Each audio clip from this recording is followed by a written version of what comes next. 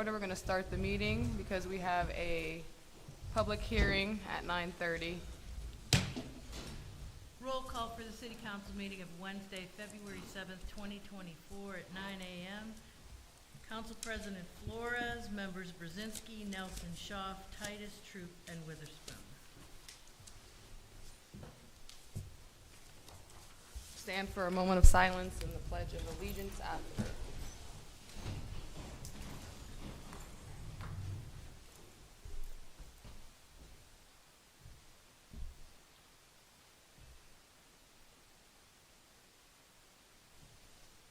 I pledge allegiance to the flag of the United States of America and to the republic for which it stands, one nation, under God, indivisible, with liberty and justice for all.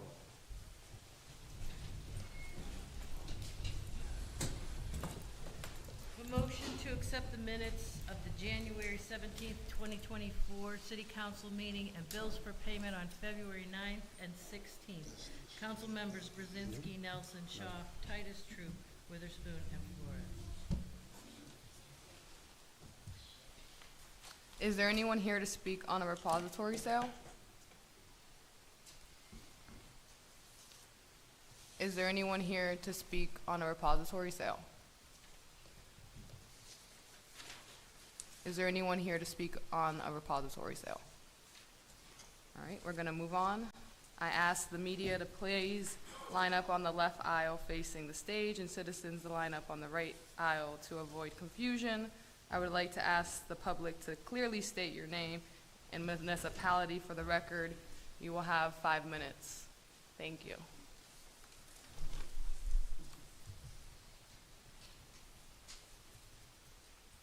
My name is Freda Tepfer, and I live in Erie. Contract item number 3 on the agenda calls for a renewal of the building inspection underwriters rental inspection, and I wondered, I was there the day that the employees who used to do those inspections questioned the wisdom of having that.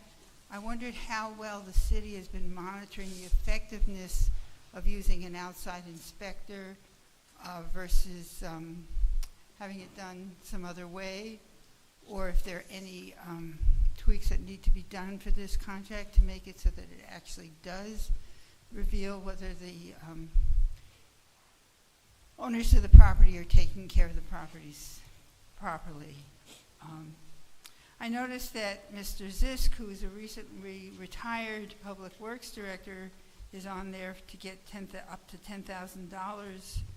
I wondered what his role is going to be in a technical services contract.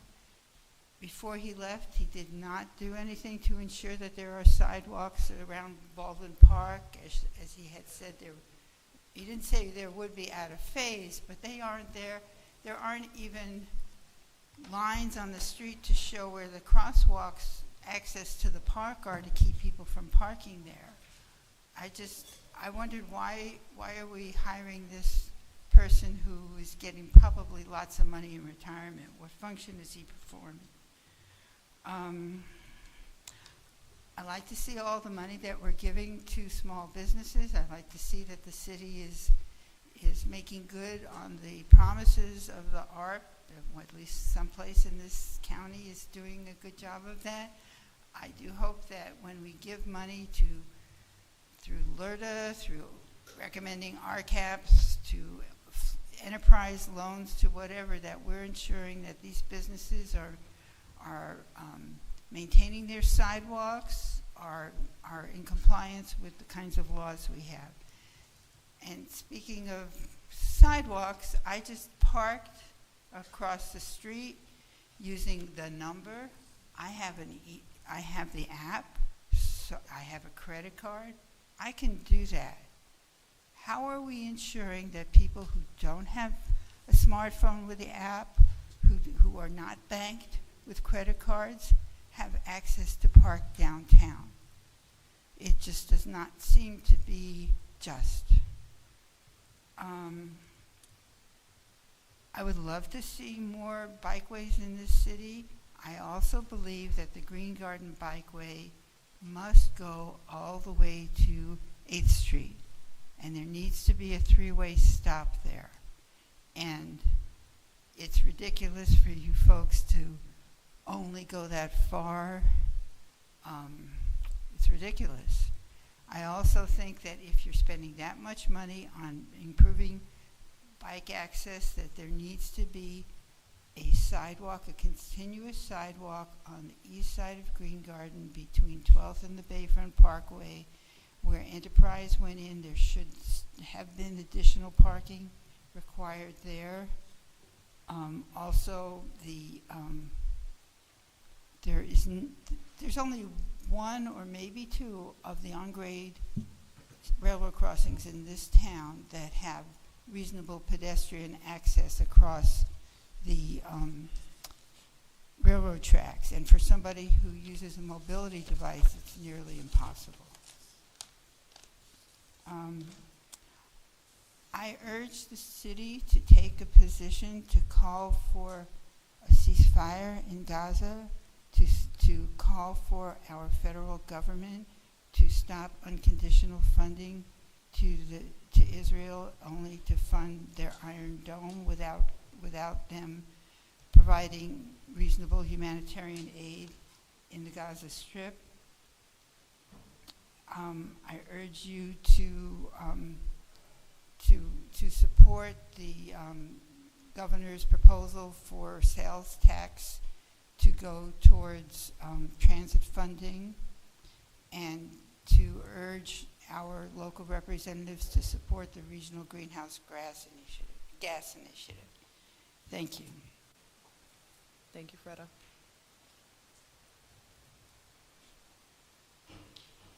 Good morning. My name is Mary Nelson, and although I live in Mill Creek, I volunteer at Emmaus Ministries, so I hear the difficulties that people encounter with their housing situations. So I am here today speaking on behalf of the newly formed Erie Spiritual Coalition, or ESC. The Erie Spiritual Coalition utilizes successful models from across the country and throughout history, from current California-based nonprofit human service coalitions to interfaith councils that were formed during the civil rights era.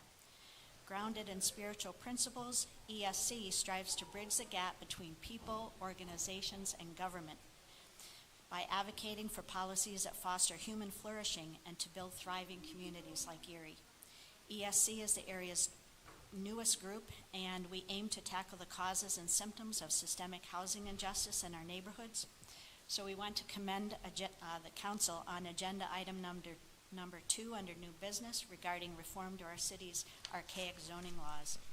We ask for your support of that resolution today. These suggested reforms will help address our dire shortage of affordable housing and lack of new construction.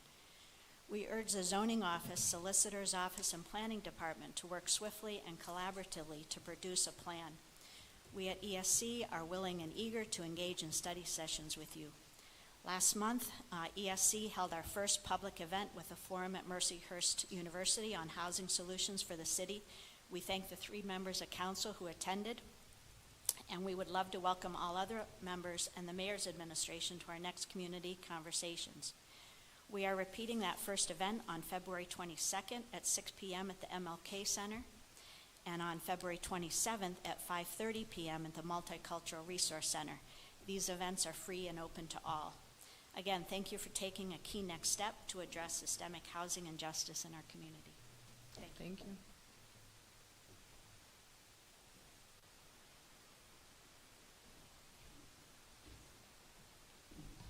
Good morning. I'm Kathy Weiser, 2704 Green Garden Boulevard.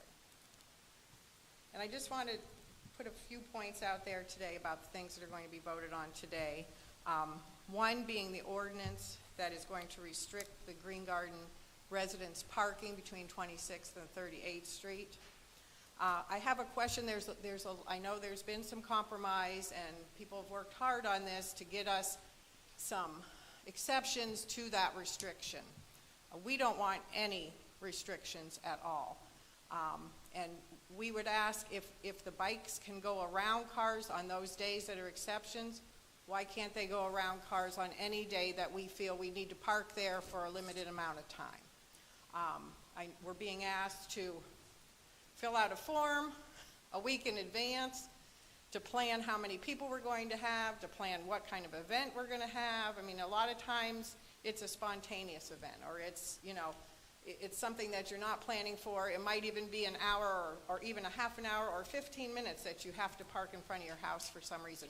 No one on Green Garden is abusing parking. No one on Green Garden encourages anyone to really park on the street. We use our driveways as much as we can, but there are times when you need to. So, so I would ask that we table that ordinance today until we complete this plan. The bike lane that's up for vote today, the funding on it goes to 38th Street and goes down to 12th Street or to the Bayfront. There's nothing connecting it. So that's going to hinge on further funding. We don't know how long that's going to be. The next step, as I know, is French Street. That's nowhere near us. There's nothing connecting. So it could be 3, 4, 5 years that we're sitting there with restricted parking before anything else is completed. So if we could table that until the rest of this is completed and then look at it again then. And then we're the first neighborhood that this is happening to, and I'm sure we're not going to be the last. When other neighborhoods find out what the rest of this plan is and how they're going to be affected, I think you're going to have more pushback from people as well.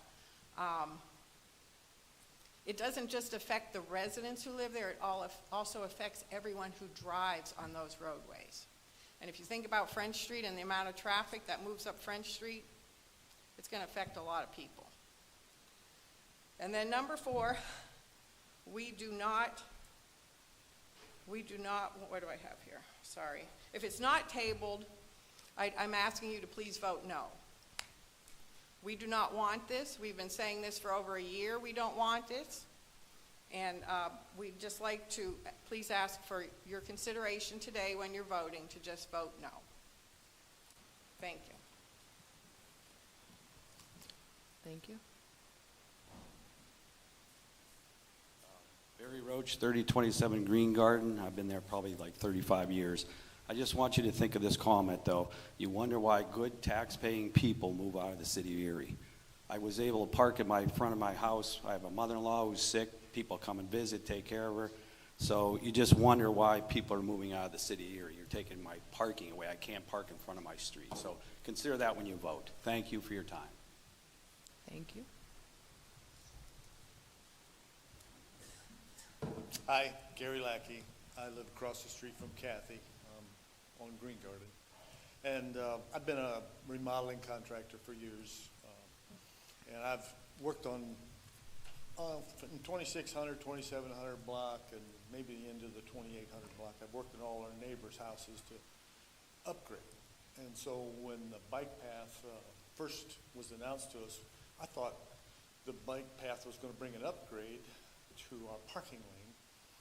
But and maybe it is, but we have a hard time seeing it. I know doing remodeling, it's difficult to see the finished product when you're in the tear out. And I know the remodeling the city streets for this new endeavor of making transportation available for people who bike, it's a piece of work.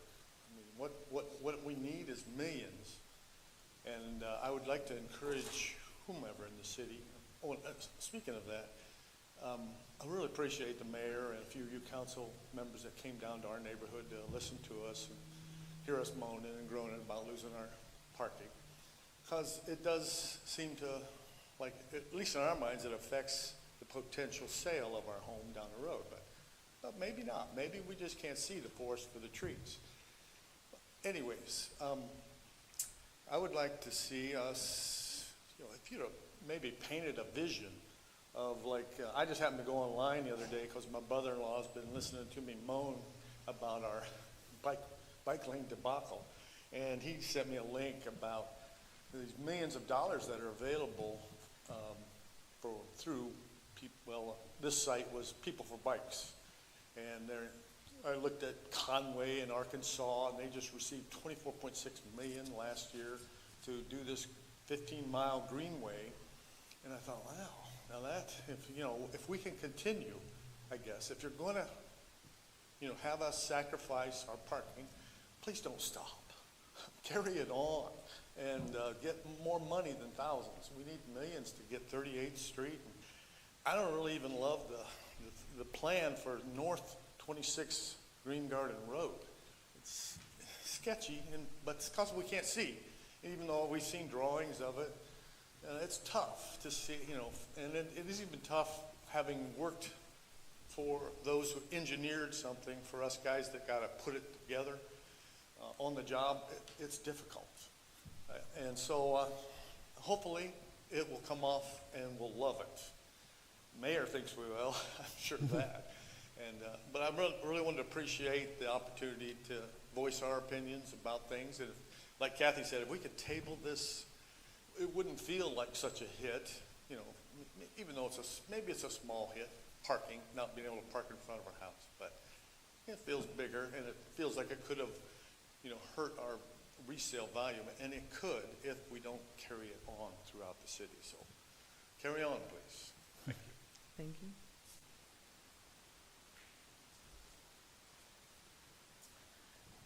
I'm Amanda Gates. I live on West 10th Street.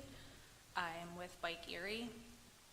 At first, when we heard about the proposed parking ordinance, some of us at Bike Erie were a little unsure, but now after learning more, I do support it, seeing that it designates bike lanes as a lane of traffic. And most of the exceptions are common sense, and they don't really need an ordinance. But the last few items with proper notice, I think, are a reasonable compromise to get this through. So we are excited to finally get this ball rolling and see the funds being appropriated. Hopefully that passes today. And I agree with Freda that I think the lane should continue to 8th Street with a three-way stop, and that the sidewalks should be completed in that area as well. Thank you. Thank you.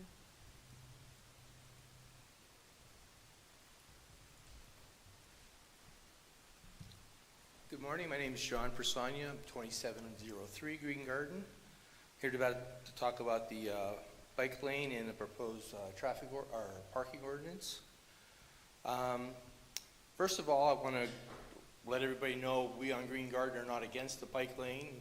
I'm a biker myself. I would love to be able to ride my bike down to Frontier Park and connect onto the peninsula.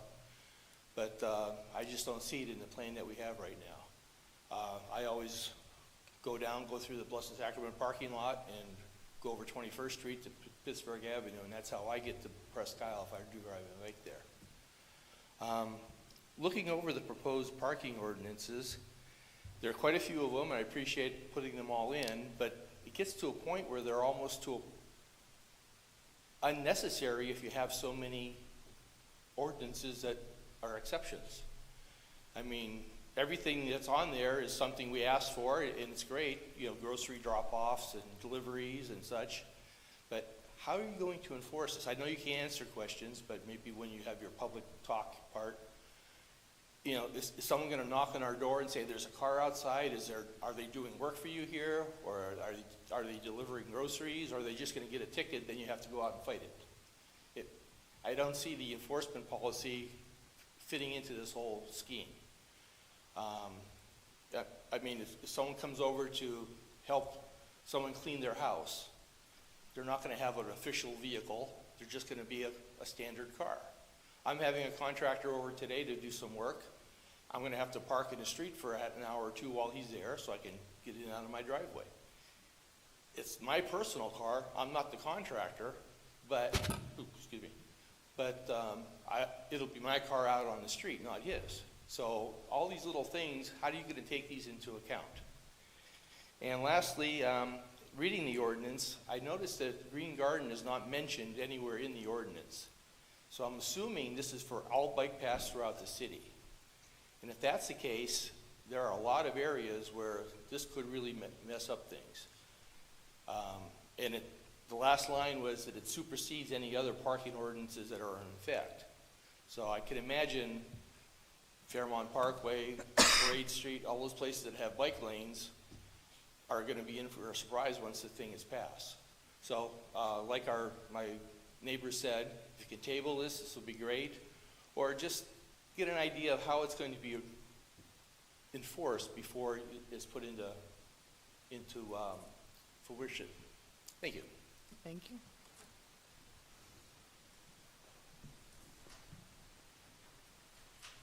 Hello, my name is Michael Butskalny. I'm from Erie.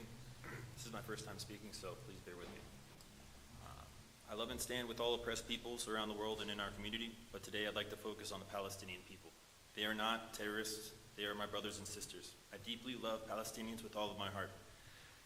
This love comes from an understanding that they are an indigenous people with deep, deep roots in love, community, generosity, kindness, art, poetry, ingenuity, faith, and so much more.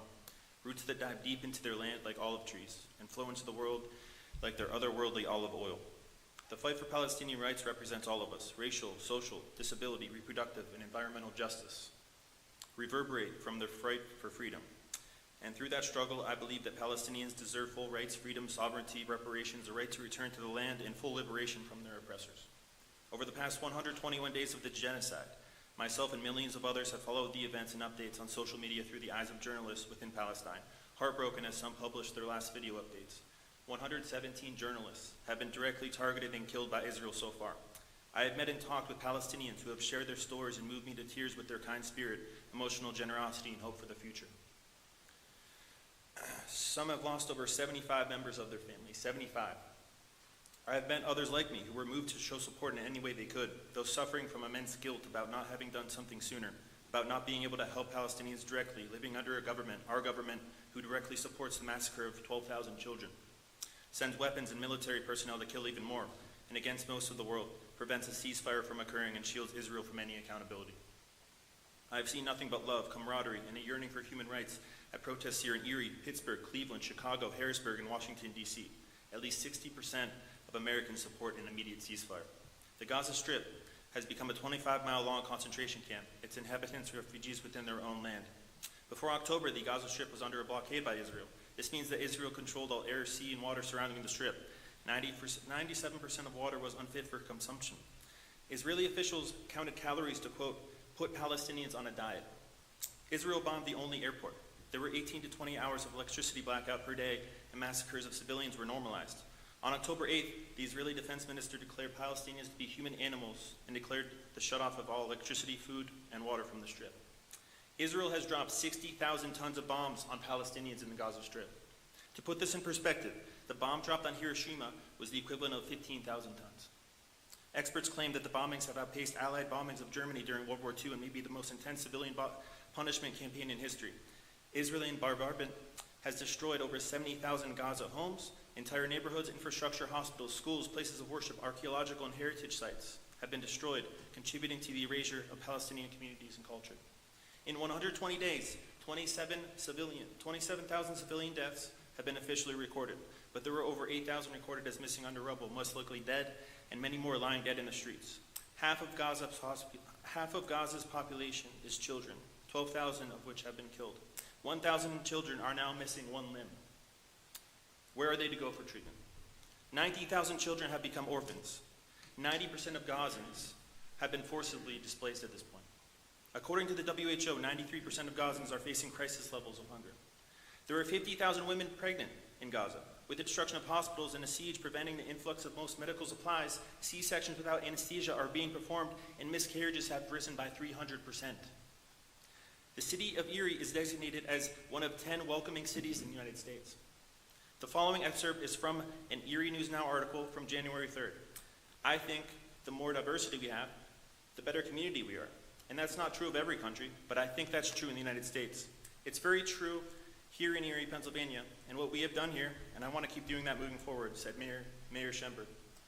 The mayor said Erie is a community made up of immigrants and refugees. His own grandparents came from other countries. He said over 100 different countries are represented in Erie, and 10 times a year they swear in 50 new immigrants. The question I have for each one of you is, if given a chance to pass a resolution for a ceasefire in Palestine, would you do it? Would you like to one day look into a Palestinian refugee's eyes, or anyone arriving from the Middle East, and tell them that we did what we could to make a statement and pressure our officials to do the right thing? The moral thing. during a genocide of their people? Do you want Erie to exercise its basic humanity and join the 47 other cities that have passed a resolution? It's the bare minimum. We're going to take a pause for public comment. We have a public hearing that has to start at 9:30, and it is currently 9:29. We will resume public comment after the public hearing. Thank you.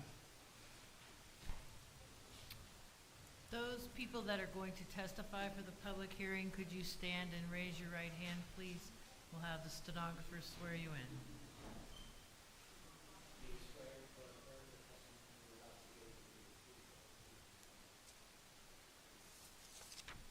First public hearing is a request for waterfront conditional use submitted by property owners David and Donna Rue for construction of a one-family dwelling located at 917 West Front Street. Good morning, members of Erie City Council. My name's Dave Riel and my wife Donna, and just want to start out to say I've been working downtown for over 22 years, and we have searched high and low to where we're going to retire, and we've decided in the city, in Erie, Pennsylvania, is going to be our place. So with that said, before you is a proposal for a waterfront conditional use. You'll see in a plot plan that you have as well before you. Originally, you'll see by the dotted lines, it was 4 city parcels that I purchased that were non-conforming. We replotted the property, made 2 very substantial conforming properties, one facing 917 West Front Street, which was an old welding shop, which we raised, and then the one on West 2nd Street in the back, a rear lot there. So with that, it's gone through both the Design Review Committee as well as the Planning Commission, and it's before you for final approval. I'm here to address any other public comments that some people might have there on the agenda regarding this. I think the plan speaks for itself, and it is again just a personal residential property. So that whole area now is all residential after taking down that last building. So with that. I don't have any questions. I just thank you for building in the city and coming to retire in the city. Any other council members have any questions or comments? No? Thank you. All right, that concludes the public hearing, and we will continue where we left off. And I apologize. We have another public hearing. This is a request for local designation of 317 Frontier Drive, Erie, PA, as a historic structure per the provisions of Article 7 of the City of Erie zoning ordinance, historic resource protection. Hi, my name is Matthew Falcone, and I'm one of the owners of 317 Frontier Drive. I'm also responsible for submitting the landmark application for the house. I'm grateful for your time and consideration today to this legislation, and of course, hope that you move to make the Waybuilt Weber House Erie's first landmarked home. I also want to thank Erin Phillips for her help researching the house's past, and Andy at Angela's Roofing for putting up with me and keeping a good-looking roof over my head. I also want to take a moment to talk about why my family is pursuing this landmark status for the house. When most people talk about landmarking and historic preservation, they do so in the context of planning and placemaking and economic development. For me and my husband and my daughters, it's more than that. It's about acknowledging and respecting those that came before us. Those that, without even knowing, help make our lives the way they are today. As you can see from the research, we're only the latest in a long line of owners, a veritable cast of characters in Erie's past, who have put all their time and money into creating and keeping up the house for nearly a century. We are happy to be in their ranks and even happier to be in a position to give something back to our community, Frontier Place, and to Erie, which has brought so much joy into our lives. The city is filled with homes, like the Waybuilt Weber House, places that witnessed so many different people and stories that make our community what it was and what it is today. I hope that all of you vote to landmark the house and that this is the first of many to come before you.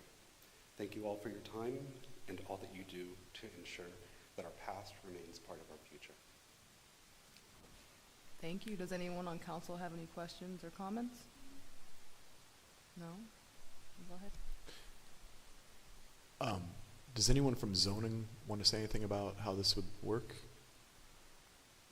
Just curious. Not to put you on the spot, but I know this is a update to a zoning issue. You can just shake your head no, because I know you're not sworn in. You might need to be sworn in too. I mean, I think you do.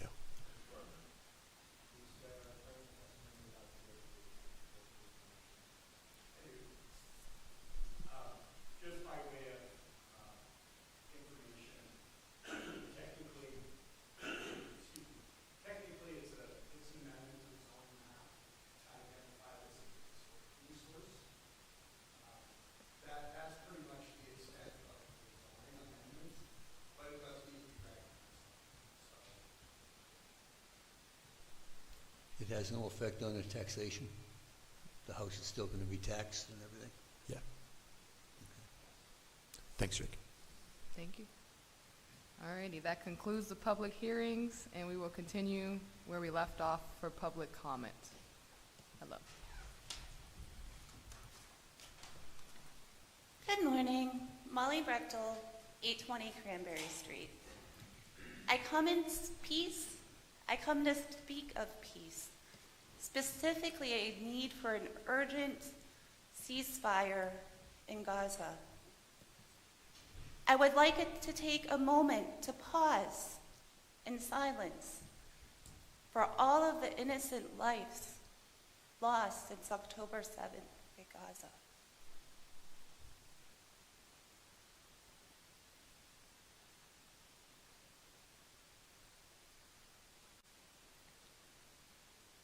The majority of those that have been impacted, the majority of those that have lost their lives are women and children, 70%. So as we watch the time tick on the clock, for every hour, 10 people die. 7 of those are a woman or a child.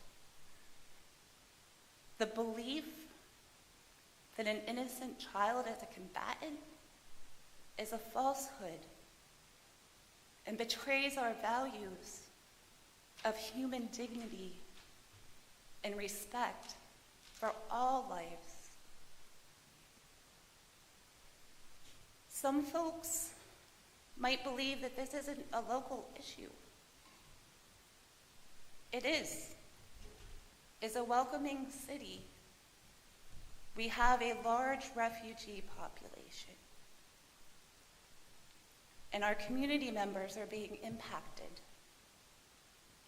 Some report not being able to sleep at night, concerned that their federal taxpayer dollars are paying for bombs that are being dropped on loved ones in Jordan, in Syria, and in Gaza. As a welcoming city, we have a moral imperative to stand with those that are too scared to speak, to prevent genocide and not just welcome future refugees. I'd also like to make a point as we talk about a lot of financial distress in our city and a lot of needs, from one of the highest child poverty rates in the nation to a housing crisis and an increase in our homeless population, our neighbors in our community. The city of Erie, through our federal tax dollars, sends $1.5 million that is used to wage this genocide. $1.5 million that could be used for housing, could be used to lift 300 of our families out of poverty, as discussed by a UBI pilot last year. We have an opportunity and a moral imperative, and everyone in elected office must speak out, speak with conviction, speak with truth, speak in solidarity with our refugee community here in Erie. Not only that, but our taxpayer dollars could be invested to improve life, to sustain life, instead it's being used to drop bombs on children in Gaza. Please join us in calling for a ceasefire. Thank you. Do we have any other citizens who would like to be heard for public comment? Do we have any other citizens who would like to be heard? To go to the order, do we have any citizens who would like to be heard?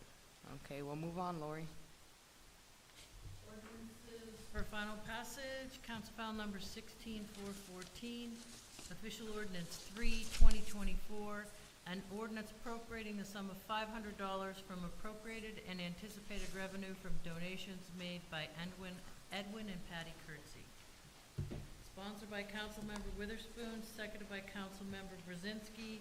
The Council File Bill Number 16414, and now known as Official File Ordinance 3/2024, be finally passed by City Council.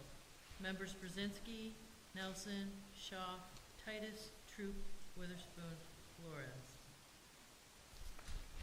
City Council pass Official File Ordinance 3/2024 by yeas 7, nays 0.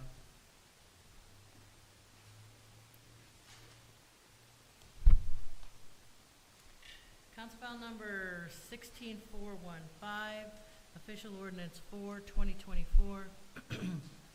Of the City Council of the City of Erie, the city determining to incur lease rental debt evidenced by the guaranteed revenue bond in the maximum principal amount of $20 million to be authorized and issued by Erie City Water Authority in connection with the construction, alteration, improvements to the public water distribution facilities in and about the city, including but not limited to the Asbury Tank Pump Station, a Pro-Fi improvement projects, and paying related costs, fees, and expenses, specifying the realistic useful life of the project, authorizing and directing appropriate officers of the city to take certain actions and to execute certain documents, including a guarantee agreement between the city as guarantor and the Erie City Water Authority and the Pennsylvania Infrastructure Investment Authority, approving the form, maximum guaranteed amounts, and sources of payment of the guarantee agreement, creating a sinking fund in connection with such guarantee obligations, and appointing a sinking fund depository, and providing for the repeal of all inconsistent ordinances or parts of ordinances.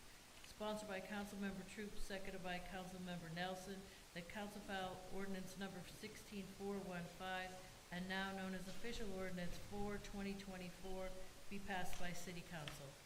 Members Brzezinski, Nelson, Shaw, Titus, Troop, Witherspoon, and Flores. City Council pass Official File Ordinance 4/2024 by yeas 7, nays 0.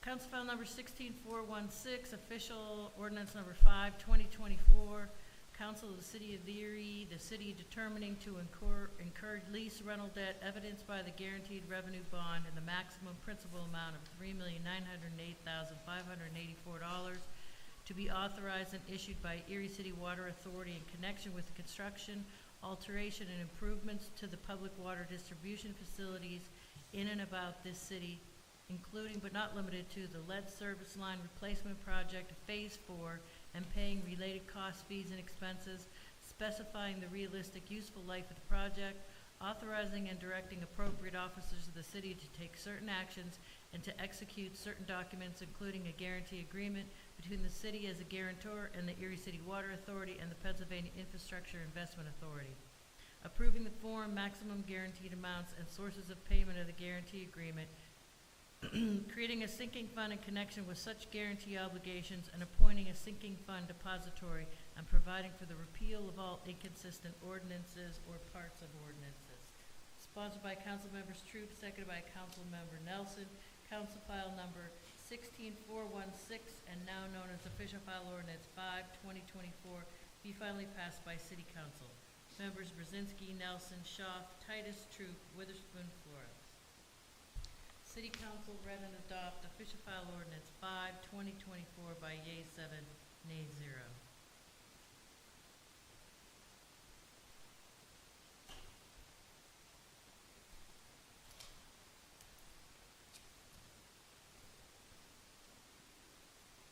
Council file number 16417, official ordinance 6/2024, and an ordinance appropriating the sum of $428,056 from unappropriated and anticipated revenue to provide for the expenditure thereof for the construction phase of Erie Loop Bikeway Green Garden Project. Sponsored by Councilmember Flores, seconded by Councilmember Titus, that Council file bill number 16417 and now known as official file ordinance 6/2024 be finally passed by City Council. Members Brzezinski, Nelson. Discussion. Go ahead. We have a little discussion on this one. Hey, I want to point out that as this amount, there was a number of things brought up during public comments today. For example, they discussed this being an issue as to why people are leaving Erie. Now, as the bike lanes that continue from 6th Street from Erie into Mill Creek, you'll notice that we do not have no parking signs on that, and that once you get to Mill Creek, it does. There's, the way Mill Creek has handled this has been just direct parking restrictions to eliminate any parking on bike lanes. So if anyone's looking to sell their house in Erie for this, to move to Mill Creek, I assure you that theirs is just a direct prohibition against parking on the bike path. It's noted. You don't have, once you get to Erie, you no longer have those no parking signs on that bike path.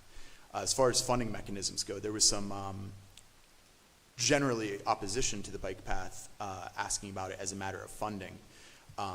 There is a ton of funding for this. A big part of it is that the number of deaths that happen from motor vehicles in America, it's the only country, developed country, where it's increasing. All the other countries, it's been decreasing. So because of that, there's a tremendous amount of funding out there for these sort of mechanisms, because Pennsylvania has failed to make its qualification to decrease deaths the way other states have. So Pennsylvania has to, in order to receive federal funding, spend a ton of money, a ton of it, on making these kinds of improvements. And then there was comments about property values. I'll admit, I don't have good comparable cities for this. But there's been a number of studies in Pittsburgh and Atlanta and communities such as that, usually larger. I'll admit, I don't have good comparable cities on this, where property values typically go up in these cases. As far as the $480 or $28,000, I'll bashfully admit that in seeing how that's spent, I mean, we know that there's some signs and some paint being done for the bikers.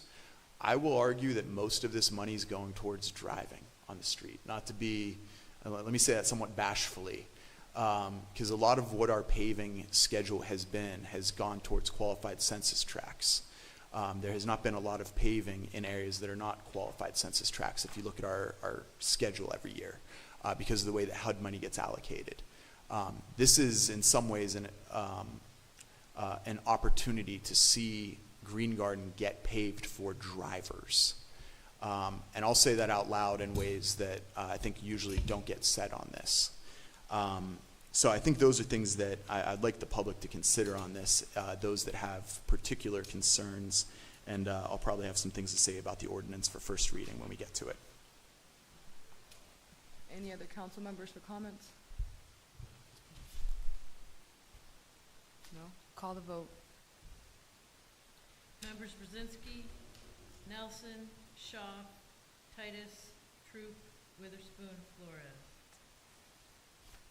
City Council passed official file ordinance 6/2024, finally by yea 7, nay 0.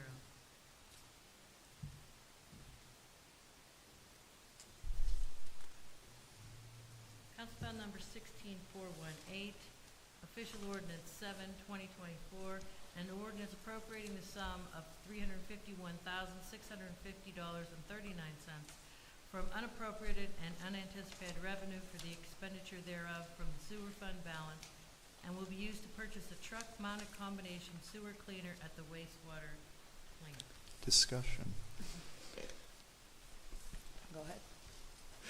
I realize this is sort of one that probably no one expects discussion on. But this came up during our budget discussions, and I want the public to know that this is an opportunity in the way this was done to make sure that our city taxpayers and our city sewage fee payers are getting a maximum benefit for their dollar on this. The way this transfer works out, it's in many ways reimbursable from the tributaries that work off of our sewage. So this is one of those areas, and we did the same thing with the incinerator 2 years ago, where much of this will then be reimbursed by the suburbs. So I just wanted to take a pause to highlight how exciting that is for me, to make sure that that we are doing things, simple accounting tweaks that came up during budget discussions to make sure that our constituents are getting the most bang for their buck. So I really want to thank Council for taking the time back in December and November to work through that, and I'd like to thank the administration and Basil for making sure that these things work well. Additional discussion or comments? No? Go ahead and call the vote, Lori. Council members Brzezinski, Nelson, Shaw, Titus, Troop, Witherspoon, Flores. City Council passed official file ordinance 7, 2024 by yea 7, nay 0.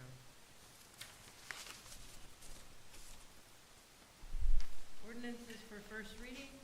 Council file number 16419, an ordinance. Ma'am, move to table. Second.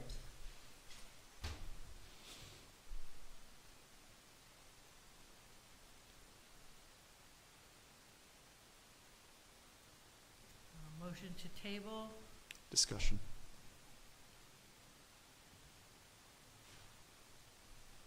Madam President. Yes, it's self-evident here. We've been talking this thing to death, and it's much ado about nothing. This is a pathway to no place right now. And until a designated real plan to show us how to get over 38th Street, and more importantly, from 26th down to 8th Street where people want a three-way stop, this is all about bike safety. This isn't about people in Green Garden complaining about parking.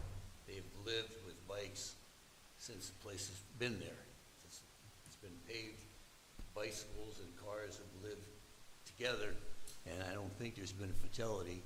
Pray to God there never will be. I think we're moving too fast on some of these things. An ordinance, and I understand it, the administration wants the money. They're bending over backwards with exceptions, almost to the point that the ordinance is kind of ludicrous. I kiddingly told the assistant solicitor that I was going to add more exemptions. You know, white cars can park on Monday and green cars can park on Tuesday. I won't go any further than that. The point is, we need some more definite plans.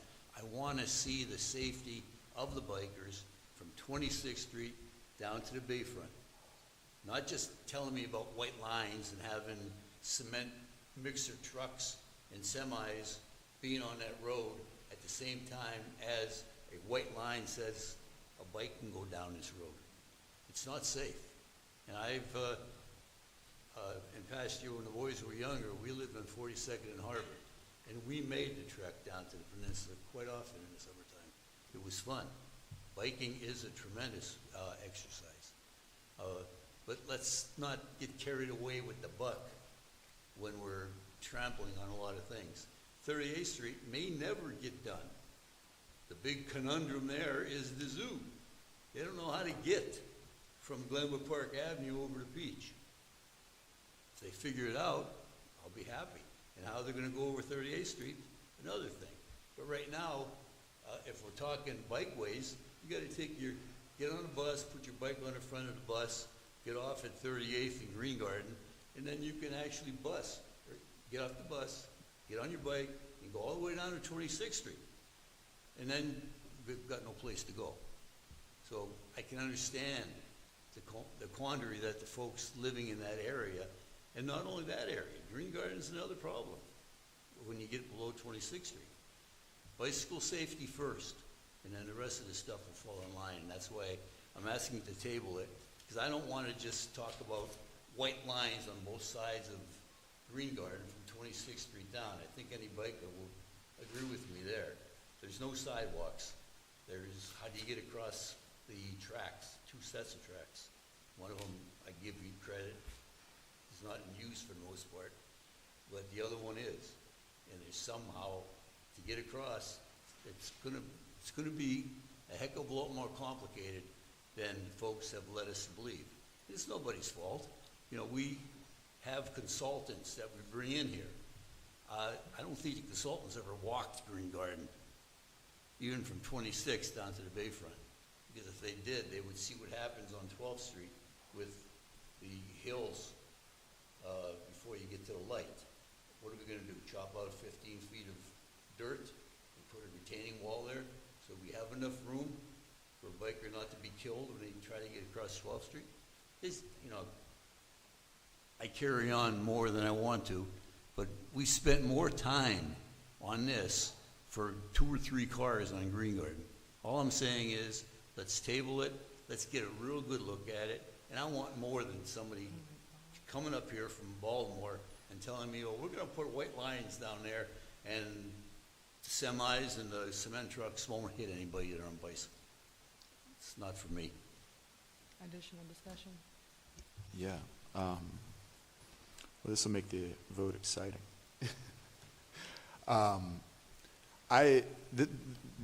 This will be really interesting, because I really think that this is that this moderated the previous vote that we just took. I really wanted to pass these together. Frankly, I wanted to pass this before taking the vote on even receiving the 428,000, because I really wasn't comfortable receiving it until we addressed the concerns of the Green Garden residents. I agree that the exceptions are ludicrous. That was for the Green Garden residents.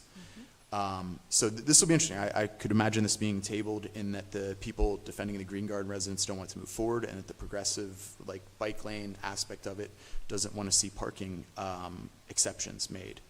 But I thought this was a good spot in the middle to make both sides happy. 80% happy. You know, I think both sides on this were generally okay with it. We saw both sides stand up and say why they were concerned about this, one saying that it offered too many exceptions, and the other one offering that it restricted too far. This was a really moderate conclusion, and if we find other areas that more exceptions need to be made, it gives us something to amend and add to later. I think this is a really good compromise spot, and I would have been a lot less comfortable, I'm a lot less comfortable with my prior vote without this passing.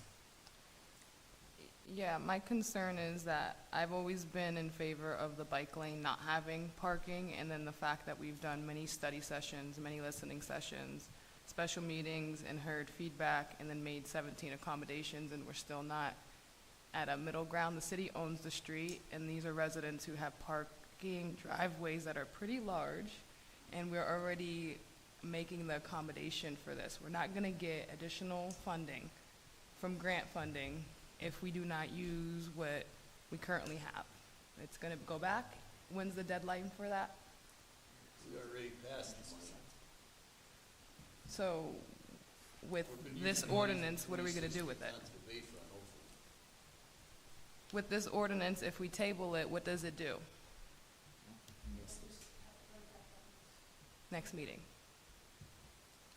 No, we wouldn't have to bring it back up. We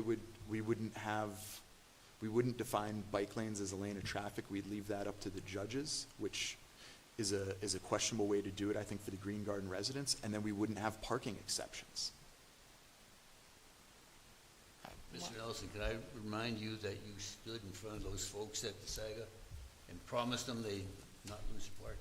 Do you remember that? Yeah, this is how I'm going to deliver them exceptions. I mean, this is the point of that. I don't know how to do it otherwise. I would have never voted to accept the 428,000 had I not thought I could deliver on this. I want the money to fix 26th Street down to the Bayfront. That's important.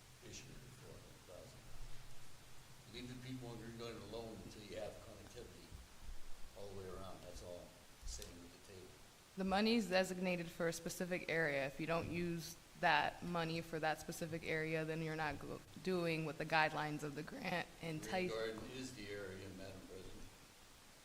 Did you forget that? No, what I'm saying is that this ordinance will be able to allow bikers and residents to have a happy medium. Us tabling it is going to be giving the power to the justice system, like Chuck says, and then making it to where there's no parking on the street. That's what If we're we about get to clar- do. This is about clarification. If we get clarification on what's gonna happen, once again, may I say, from 26th Street down to the Bayfront, give me some clarification on how they're gonna do something there. Don't be passing rules for a path to no place. That's in essence what you're trying to ask these folks to accept. I have no problem with 117 exemptions for parking restrictions. Does anyone else on council have discussion to add to this? That wasn't Who done hasn't by me. been That's okay, heard, President. but you spoke and then Chuck spoke and it was the next person. You didn't ask for additional speaking time. Madam President, I'm torn right now. I absolutely support the ordinance passing. I don't think that there should be parking and biking lanes. I don't think that that should. I don't think it's safe. Where I am stuck right now is the enactment of this ordinance, and how individuals would, because of the way the exemptions are, I don't know how we enact it with clarity and with equal access. That's where I'm stuck. It's not, I want to see this, and to be clear, I will vote yes on passing for no parking. Where I am stuck is the exemption process and how that gets carried out and how others can access it right now. That's where I'm stuck. Does anyone else on council who hasn't spoke have comment?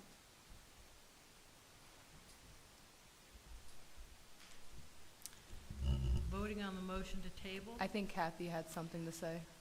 Thank you, Madam President.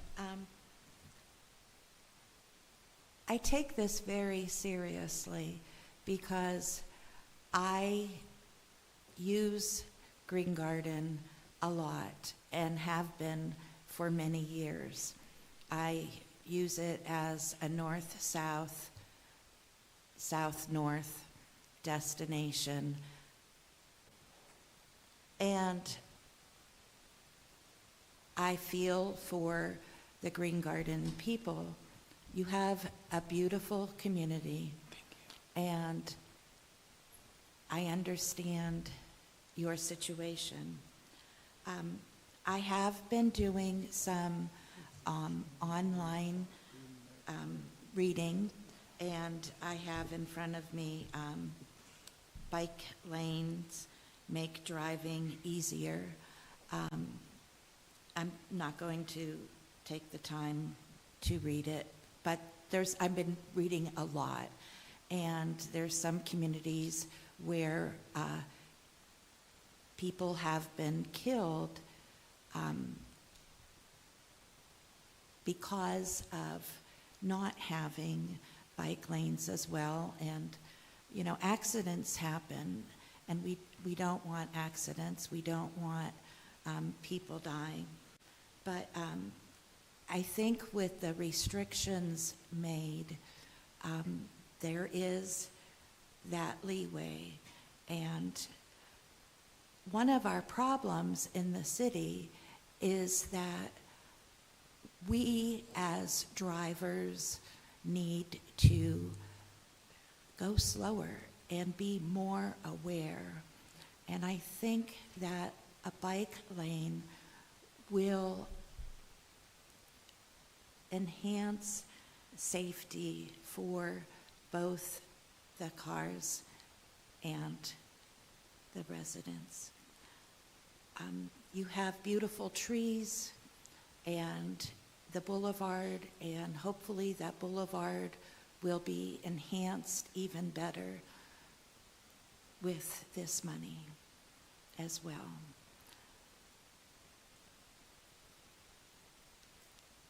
Nationwide, there's this discussion, and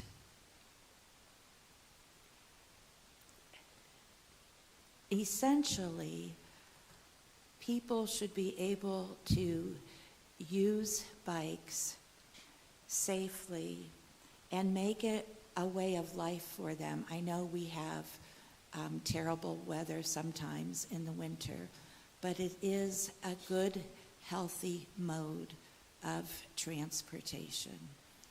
So the more we bike, the better our air is. And the more we walk, the better our air is. And that's why I'm voting for this, sorry. Alrighty, Lori. I believe everybody on council who has wanted a time to speak has spoken. Mel and Mo, anyone? Okay. Now I believe there's a motion on the floor to table this, so we're gonna call for the vote. Motion to table, Mr. Brzezinski. Yes. Nelson. No. Shaw. No. Titus.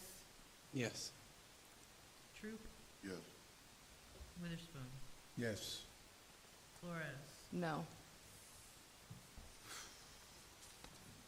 Motion to table passes 4-3.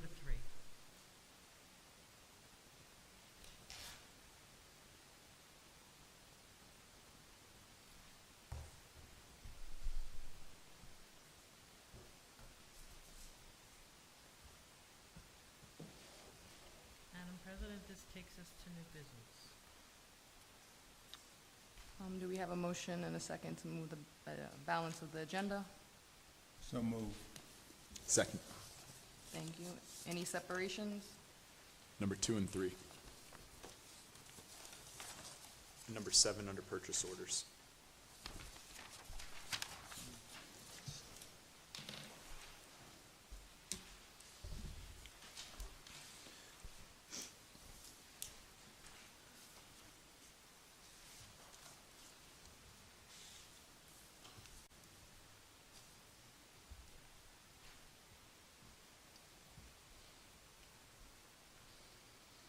Any other separations?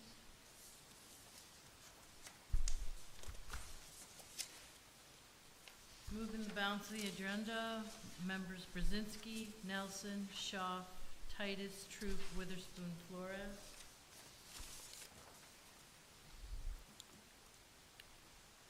Resolution sponsored by Councilmember Nelson, seconded by Councilmember Shaw, that Erie City Council is requesting that the zoning office and solicitor's office work with the planning department committee of council to draft zoning updates to number 1, eliminate parking requirements citywide. Number 2, legalize accessory dwelling units, ADUs. Number 3, reduce or eliminate lot and unit size requirements. Number 4, legalize accessory commercial units, ACUs, and expand ministerial approvals. Discussion? Thank you. Madam. Go ahead. So this is a resolution, so it's non-binding. I've gotten a couple, mostly enthusiastic. I got one person that involved a little bit discussion, but mostly enthusiastic responses about that today. However, being a resolution, it doesn't practically do anything. It just really directs people to explore it as an option. I do want to point out that there's a number of places where that are seeing success with this in their development. And really, what most of this does is deregulate so that the market and the demand can direct development. This hopefully should spur greater development. For example, in the areas that we get the most tax revenue from, the C1 zoning, there's currently no parking requirements. This would expand some of that, whereas many of our parking requirements are somewhat arbitrary. We all kind of copy each other as to how many parking spots are needed per bowling lane or bar stool. The legalized accessory dwelling units, ADUs, this is something that has gotten a lot of steam nationwide right now because of two changes that have been happening in society. One of them is what they're calling the silver tsunami. The number of people, as boomers are now at all 60 and above, a need to have dwelling units that bring families together and can maybe allow for mom or grandma to be closer to the family as they age up. And on the other side of it, the thing we're seeing with the younger generations of boomerangs, of people that have gone off to college and as they start their careers, move home. And nobody wants them back in their childhood bedroom, so they want them in the backyard. So this is something where when my family was looking to buy a house, we made sure not to live in an R1 zone. We can't really do it in my current zone to the way I would want, but we bought an old house with servants' quarters so that my mother-in-law can live upstairs. Her knees have gotten tough. She's not doing that anymore, so my children have renamed the third floor the dorm because they're all planning on moving back there. And then they've also told me that I will be forced to move up there once they have children because they're taking the house. For many of you that have had your kids move away over the years, you should find this to be a delightful conversation. So ADUs are a way to address that, hopefully, and also address smaller housing as family sizes have declined. Reducing or eliminating lot size and unit size requirements. This has led to many townhouses in neighborhoods and still then makes ways for individual home ownership in those contexts as the lots end up getting divided rather than more of a condominium setup. A number of places have seen this, and it addresses less expensive of development. When you look at what it costs to build a house, let's just, to throw a number out there, say that it costs about $100 per square foot. When you look in Erie, if you have a 1,000 square foot house, does it sell for $100,000? That's kind of up for debate right now. But if you get into areas that have townhouses without the minimum lot sizes, it reduces the cost of development. We do not develop many houses. As the mayor's report came out recently, we know, the number of houses developed was shared as to the effects of LRTA. On the other hand, we've knocked down more houses than we've built for these most recent years. So we need to find ways to get new housing stock into the Erie as we knock down houses. ACUs, commercial units, this has become very popular really only in the last couple years, so I'd like to get ahead of the curve on this. As the work from home movement has happened in the context of COVID, we really see a pivot in culture, but also the use of mixed use residential spaces. We prioritize that now in our commercial zones. As we see with like EDDC and a lot of the development there, there's a move in culture for more mixed use spaces. This allows that to continue to expand. And the fifth one is ministerial approvals. Some of these things that have a number of different hoops to jump through at different zoning boards, planning board. Like as we see the waterfront conditional, the guy tells us how many things he had to go to get this approved. Sometimes we can make this a little more efficient for the developers. But also what we're seeing in some communities is that they have approved housing plans, architectural renderings, to say, hey, here's a place you can build anywhere. You could just take it, we already had an architect do this. Here's the papers, go build it. Yeah, sure. You have a lot this size? Here's the paper, go build it. And many communities have seen successful development through this. So these are suggestions. These are things that I want us to explore through the solicitor's office and the zoning office. And we've had some good discussion up to this point. So just wanted to define that. There's a good article in the paper with a couple links, and I'll have stuff posted as well. Any other discussion? Voting on the resolution, council members Brzezinski, Nelson, Shaw, Titus, Troop, Witherspoon, Flores. Resolution passes yea 7, nay 0. Number 3, the proposed repository sale of one property commonly known as 739 East 8th Street, Erie, PA, identified by Erie County Index Number 152034212 by the Erie County Tax Claim Bureau to Dylan T. Roseberry, 728 East 8th Street, Erie, PA, in the amount of $250 is hereby approved. Councilmember Brzezinski? Nelson? No. Shaw? No. Titus? No. Troop? No. Flores? No. Scared me at it. That's a screwy one. I'm sorry, I was a no Resolution too. fails. I forgot which one they were talking about. Resolution fails. Point of clarification on that, Witherspoon. if I may, Madam President. Go ahead. I misunderstood. My yes was supposed to be a no because the gentleman is not backing out of it, but he doesn't want He doesn't the want it. sale anymore. Yeah. It's, confused me at my old age. But I got it straightened out. It's going to the East Bayfront Green Trail. Mr. Witherspoon, I didn't call your name. No, I know, you just left me out. That's okay. Are I you a agree yes with the or group. no? For the good of the order. Okay, resolution fails, 0-7. Number 3? 7 under purchase orders. 7 under purchase orders. Resolved by the Council of the City of Erie that the proper city officials are hereby authorized and directed to issue a purchase order to Charles Zisk, 2319 Wintergreen Drive, Erie, PA, for technical services for the City of Erie Department of Public Works, Property and Parks, which is not to exceed $10,000. Discussion? I just want to welcome Chuck back in the capacity of advising. In the amount of turnover we've had in that department with personnel, it's going to be vital that we have someone there with some experience, not just some experience, but experience in that kind of role to make sure that things go smoothly. I was checking on some various projects in Public Works just this week, and it's clear that we're going to need, as the new director and assistant director are excellent and well qualified. It's clear that we're going to need some continuity to give them time to adjust to the role. So I'm excited to not be losing Chuck and to keep him in this role for a little bit, but hopefully still leaving him plenty of time to vote. So, thanks. Additional discussion, anyone? I ditto Mr. Nelson's comments. Thank you. Thank And you. I triplicate it. Definitely. Chuck's a good man. All right, I think everybody's Voting good. on the resolution. Council members Brzezinski, Nelson, Shaw, Titus, Troop, Witherspoon, Flores. Resolution passes yea 7, nay 0. Madam President, this takes us to committee reports.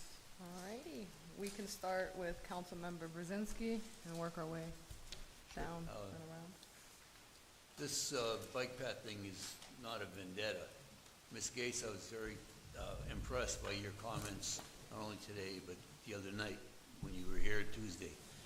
Please take the time and go up there and talk to your engineers and give them a point of view of a professional biker, if I may call you that. I'm very, very concerned about that 26th Street down there. I really am. And I don't want to be a dead horse, but please do that to Billy, or I think Parmenter was the lady that was there with us Sunday morning. Thank you for that. We're still looking for a place for the Pell Athletic League. We thought we had a kind of a warm response when we were talking about Sacred Heart School, but unfortunately the condition of the school with asbestos kind of took us out of the ballpark there. So if anybody has a good idea of where we can put a nice facility together for the Police Athletic League, we're all ears. Other than that, things are going. Port Authority has the things that they're doing. The Civic Center was very happy with Dancing with the Stars. They filled the place. The auto show over the weekend, I think, broke records too. So things are looking up for us, and let's do what's good for the city. Thank you. Thank you. Councilmember Kathy Shaw.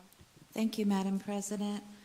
First of all, I would like to say personally to thank the administration, council, and colleagues, and people who have reached out to me in sympathy. My dad, David Fulton, passed away January 18th. He was a former city police officer for many years and retired in 1988. So thank you to everyone. My city cell phone number is 814-790-8517, and you can also reach me at schaaf@erie.pa.us. And we will be having a study session March 7th here in City Council chambers at 5:30 p.m. to address the needs, specifically as well if anyone business wants to reach out to me for public restroom. I would like to solve that public health crisis here in the city. And I also want to congratulate Penn State Barron, who's celebrating their 75th anniversary this year. I grew up in that area in the 60s, 70s, and even in the 80s, we would go up there sled riding. And that campus has certainly flourished and blossomed in its 75-year history and does very well. I want to congratulate the gentlemen who were here for the public hearing. I walk that 917 West Front Street area, and it's good to see that that building was torn down and now will be a nice home for him, and retire by the water is a wonderful thing. So congratulations. And the 317 Frontier historic buildings have my heart, and it's a wonderful thing to acknowledge all the history that has gone on before you. That's got to be very interesting. I also would like to comment on the need for people to pick up around their neighborhood, around their housing. We haven't had much snow, so the snow didn't hide too much garbage, but their garbage is still out there. And I know that sometimes it's because that people may not have picked all of it up or dumped some, but we do have a problem of garbage, and it would be awesome if everyone took the time to do what they can, do their part to clean up. Thank you. Also, we really need to slow down. Drivers need to be aware. I see it happening more and more where people are going through red lights. So I really think we need to do better in going the speed limit and watching those lights. This morning, I offered a neighborhood person a ride downtown, and he shared with me that he's leaving because of taking care of his father and will no longer be a part of Erie. And we were sharing stories. But it's good to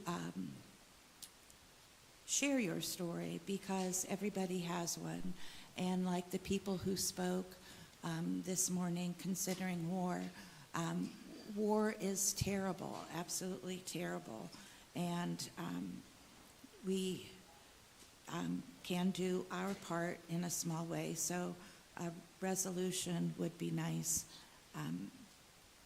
to tell people that we are against the atrocities of war. Thank you. Thank you. Councilmember Nelson? I've got a couple things. A couple things on the schedule from a personal note. February 25th, I'll be judging coffee for the St. Martin's Center. if anyone's interested in that event. St. Martin Center puts on a cool event for coffee every year. And then April 2nd, I'll be boxing to knock out homelessness. If you would like to watch a professional fighter punch me in the head. I still have to pass a physical before I do that, which after yesterday's high school wrestling practice at Erie High might actually be questionable. I had a 15-year-old girl that's hopefully going to go to the first ever girls' state tournament, want to practice a drop move on me and slam me on my shoulder. Now I have to go to the doctor. So I'm not joking. Friggin' embarrassing. As far as my actual assignments, the zoning and planning boards are working together to address some of the issues that have come up with the legislation we passed last year with the short-term rentals.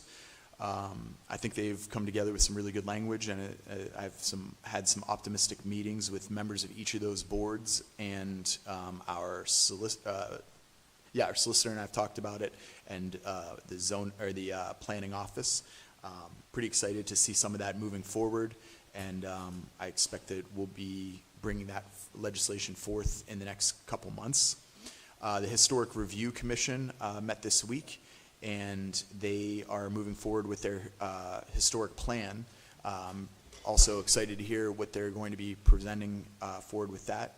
We have a number of things coming from the planning department that will involve meeting with the subcommittee to go over some of the things that really we were looking at addressing at the beginning or at the end of last year, but as we hit budget season, it became a little more difficult to schedule. And then I also am the liaison to CRIS, as there was an article in the newspaper saying that the board's not currently meeting. The governor addressed his budget yesterday and talked about a substantial expansion in economic development in order to compete with Ohio. He did not mention CRIS in that presentation. He did talk about a number of other initiatives that he's looking at. $25 million for Main Street Matters, just ways to invest in downtown communities. So it'll be interesting to see where the investment comes from. I'm starting to become a little more optimistic of the various avenues that hopefully our reps can bring us. There was comments today from the regarding some housing issues and some studies around town. I'll be going to the one at the MCRC. I've already got that on my schedule, and I'm looking forward to that. I've got 2 minutes left of my committee report, and our resolutions are generally ineffective, especially if they're going to be designated towards the federal government. But I do want to offer, in one of my day jobs, one of my W-2s is teaching world religions. So I wanted to offer a minute and 20 seconds now of some context as to some of this. As people were talking about Palestine, I also can see the facial reactions of folks in the crowd. And in 1917, as you get into World War I, we have the Ottoman Empire. At one point, the Ottoman Empire was the third largest empire in history. And by the time we get to World War I, because of the lack of resources around there, it had come to a full collapse. At World War I, they came out and they basically didn't exist. There wasn't a government in the Middle East, basically, for a season, and it was almost tribal in that. So in the midst of that, there was very few Jewish people in the Middle East. This is where we start getting into some trickiness.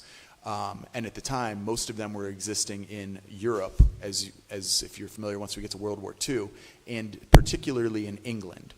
In 1917, there was a Balfour Declaration, and this is where the English government, a member of the English government, basically said that they would like to start working to displace the people that are in Palestine and replace them with a Jewish settlement, because at that time there was no Jewish nation.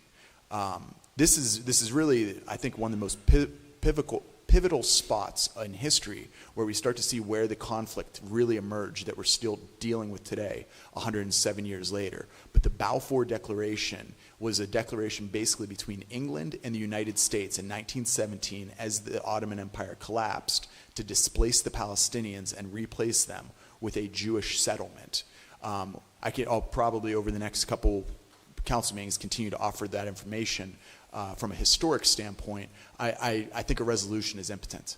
I don't care to do one, but I'm happy to offer information and try to continue to illuminate the historic context as to why this conflict continues to exist. That's my time. Thank you. Madam President, I have no report today. Thank you. Okay, I will go a little quickly. So COVID hit our house, and then I hurt my knee, not with anything cool like Chuck did. I actually was just bending over, and it hurt. So it has slowed down just my meetings. I have several meetings scheduled between now and the next meeting, so I'll have all my assignments caught up. But first, there are two things I did want to report out on. Is when it comes to trying to find information, we have the Erie City website, and there's a great deal that's on there. If there's something that's not on there, or if people are having difficulty navigating it, not only could you reach out to me, but you could reach out to the department as well. But make sure that you're following the social media page. And just a reminder that the mayor typically hosts the weekly press conferences, and that this Thursday at 10 a.m., we will have Kyra Taylor from the Erie Black Wall Street. So if anybody's able to, and they should watch in, and so they can clue into with some of that. And again, if anything is needed, please reach out and feel free to connect. I do want to take a moment, though, to say that I absolutely would call for a ceasefire. I think that this is a humanitarian travesty, to put it mildly. How that comes forward with this body and how we represent that with this body, with individual perspectives, I'm not certain. But I would stand and pull forward by a resolution if it came that way. I think that we need, as a body, to be clear on where we stand with this. In addition to this is a very hard pivot from that, to go back to what Chuck, Mr. Nelson had said about the housing issues that are happening right now. The Erie Spiritual Coalition, they had one at Mercyhurst that I was able to attend, along with Madam President Flores and Councilmember Schaaf. They're phenomenal information. I encourage anybody to get to one of the other several sessions they have. There are two that are coming up in this month. February 22nd, they'll be at the MLK Center at 6 p.m. And on February 27th, they'll be at MCRC. And that one starts at 5:30. So if you're able to make, I strongly encourage you to go there. And that's it for now. All right. I'll go with my report. No, Mel, go for it, Mel. I'm sorry. I think you and the city clerk is ganging up on me today. Thank you, Madam President. I guess normally I have no report, so I understand. As we speak, the Erie Renaissance Group is having a groundbreaker at 10th and Parade. A new bank, Erie Bank, is going up there. And this group is rejuvenating Parade Street in partnership with several businesses. And they're doing a fantastic job. All of council was invited, including the mayor, but we have more important business, and that's why we're here and not over there.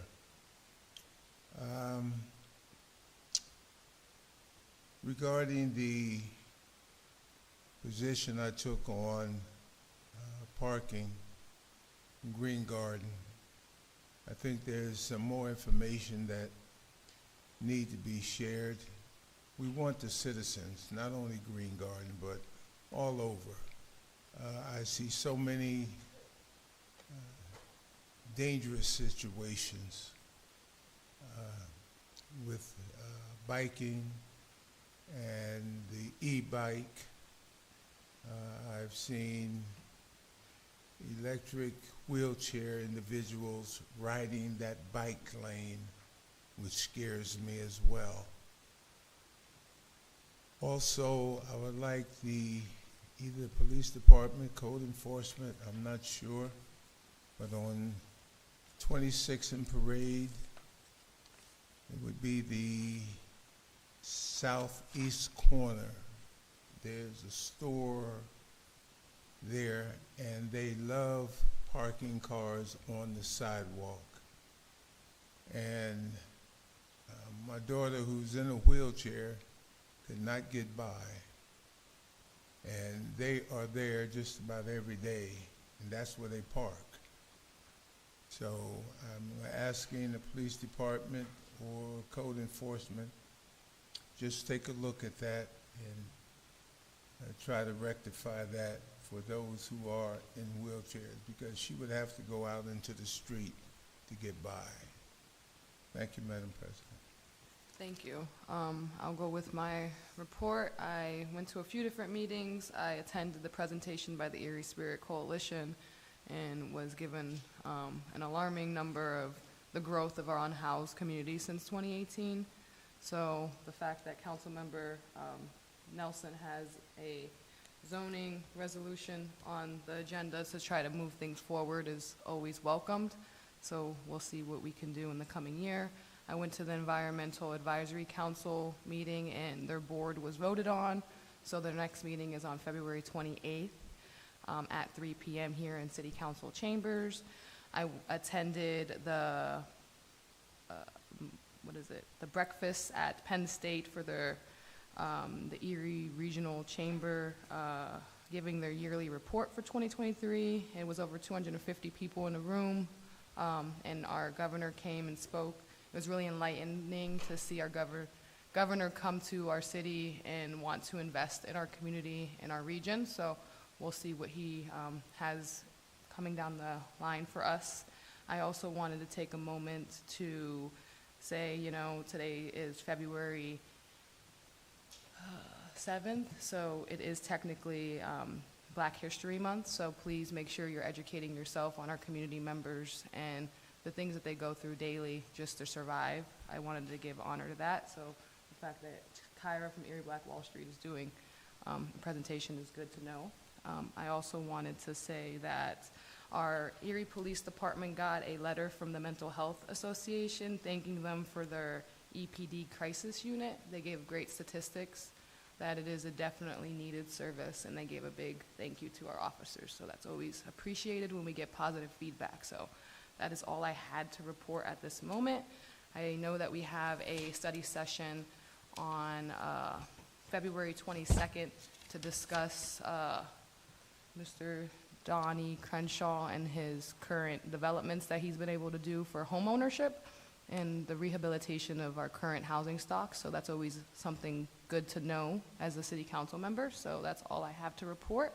I ask if our treasurer has a report. Does our solicitors? No report. No. Does our mayor's administration and Renee? Yeah, I'll go quickly. Thank you. This week we are conducting interviews of the CDBG and home applicants, and on March 4th, that will be our public needs hearings, which will happen at 10 a.m. and 6 p.m. here in council chambers. At that time, we'll explain the HUD process and next steps going forward. We will likely not have our allocation numbers from the federal government by then, but we will also receive input from community members and those nonprofit organizations who are requesting funding to get input on their priorities. They will have 5 minutes each to speak. So that's again March 4th, that's a Monday, 10 a.m. and 6 p.m. The same information will be shared, but people have 2 opportunities to come and share their priorities. That's for CDBG, which are community development block grants, home funding, and ESG, which is Emergency Solutions Grant, which is for shelter. We also have several meetings this week continuing with Infinite Erie and our community partners on inclusive entrepreneurship, the permanent supportive housing project, industry clusters, and anchor investments. So that planning is all moving forward. We also have meetings this week on the East Bayfront Greenway Trail project. And regarding the CRIZ, just since Councilman Nelson brought it up, my understanding is that both now the House and the Senate have introduced their version of legislation for changes to be made to the CRIZ. We've gotten feedback that once those are reconciled, we should be moving forward, and hopefully the moratorium will be lifted and we'll be able to submit our application. So we're patiently waiting, which is difficult for us. In terms of the bike ordinance, I just wanted to quickly say, I think, you know, we've had some good meetings and a lot of good give and take, and I think that we'll be able to coexist. I really do. I think these bike lanes have gone in a lot of other communities across the country and across the world. And really what the purpose of the parking exceptions was to provide an opportunity and an understanding that there are going to be things that come up. People need landscaping, people need deliveries, like we understand that. We were just trying to put those exceptions into an ordinance and kind of provide the city with a tool so that if somebody is violating on a regular, consistent basis, then we have a tool for enforcement. But we'll, whatever council decides to do, we're happy to answer any questions and move forward together on that. And then finally, I just wanted to draw quick attention to the flagship grant awards. We're always happy to be able to support small businesses and entrepreneurs as they grow in the community. And so these had already been announced, but these are the official resolutions so that as they submit their receipts for the work that they're doing, we can reimburse them. And we attended, actually didn't apply for a flagship fund award, but the new Ukrainian bakery, Storb's Market, opened on Saturday and invited us to the ribbon cutting. And if you haven't been there yet, it's a really nice market. They're going to have fresh produce. They have a deli section. They have frozen foods, refrigerated foods, bakery items, and it's just it's a nice market right in the downtown, 1016 State. So if you have a chance, stop in and say hi. They're really lovely folks. Thanks. Thank you. I believe that takes us to the end of our meeting, so meeting adjourned.